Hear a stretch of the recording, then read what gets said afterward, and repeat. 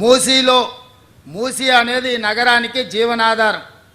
ఆనాడు 1908లో వచ్చిన వరదలలో వేలాది మంది చచ్చిపోతే నిజాం నవాబు ఉస్మాన్ సాగర్, హిమాయత్ సాగర్ను అనంతగిరి కొండల్లో నుంచి వచ్చే నీళ్లను నియంత్రించి ఈ ప్రాజెక్టులు కట్టి హైదరాబాదు నగరానికి తాగునీటి సమస్యను తీర్చడానికి ప్రయత్నం చేసిండు.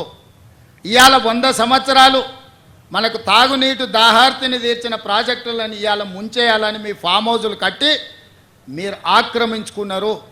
ఇవే కాకుండా వందలాది గొలుసుకట్టు చెరువులను హైదరాబాదు నగరంలో ఆక్రమించుకున్నారు. ఇవాళ ఆ చెరువులను మనుషులు కొంతమంది దురాశపరులు ఆక్రమించుకోవడంతో చెరువులో ఉండాల్సిన నీళ్లు వీధుల్లోకి వచ్చి వీధుల్లో నుంచి మన ఇంట్లోకి వస్తున్నాయి. ఇవాళ కొద్దిమంది అక్కడ నిర్మాణాలు చేసుకోవడం వల్ల వేలాది కాలనీలలో ఉండే లక్షలాది కుటుంబాలు ఇవాళ నీట మునుగుతున్నాయి. దీనికి ఒక పరిష్కారాన్ని చూపించాలి. ఎవరో ఒకరు నడుము బిగించాలి. ప్రతి వారు చూసి నాకెందుకులే అని వదిలేస్తే ఈ నగరం మునిగిపోతుంది. చూస్తుంటే చెరువులు మూసుకుపోయినాయి, నాలాలు మూసుకుపోయినాయి. ఇంకా కొంతకాలం చూస్తే మూసి కూడా మూసుకుపోతుంది.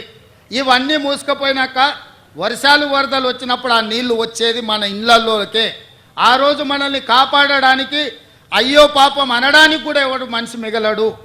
అందుకే ఈరోజు రాజకీయాలలో లోతు తెలియక కాదు, కొన్ని మంచి పనులు భవిష్యత్ తరాలకు అందించాలంటే మన పిల్లలకు వాళ్ళ పిల్లలకు భవిష్యత్ తరాలకి నగరాన్ని ఒక మంచి నగరంగా, సురక్షితమైన నగరంగా అందించాలి అని అంటే ఎవరో ఒకరు ఎఫ్టీఎల్లో ఆక్రమణలు తొలగించాలి, బఫర్ జోన్లో తొలగించాలి, నాలాలను తొలగించాలి, మూసీలో ఆక్రమణలు తొలగించాలి.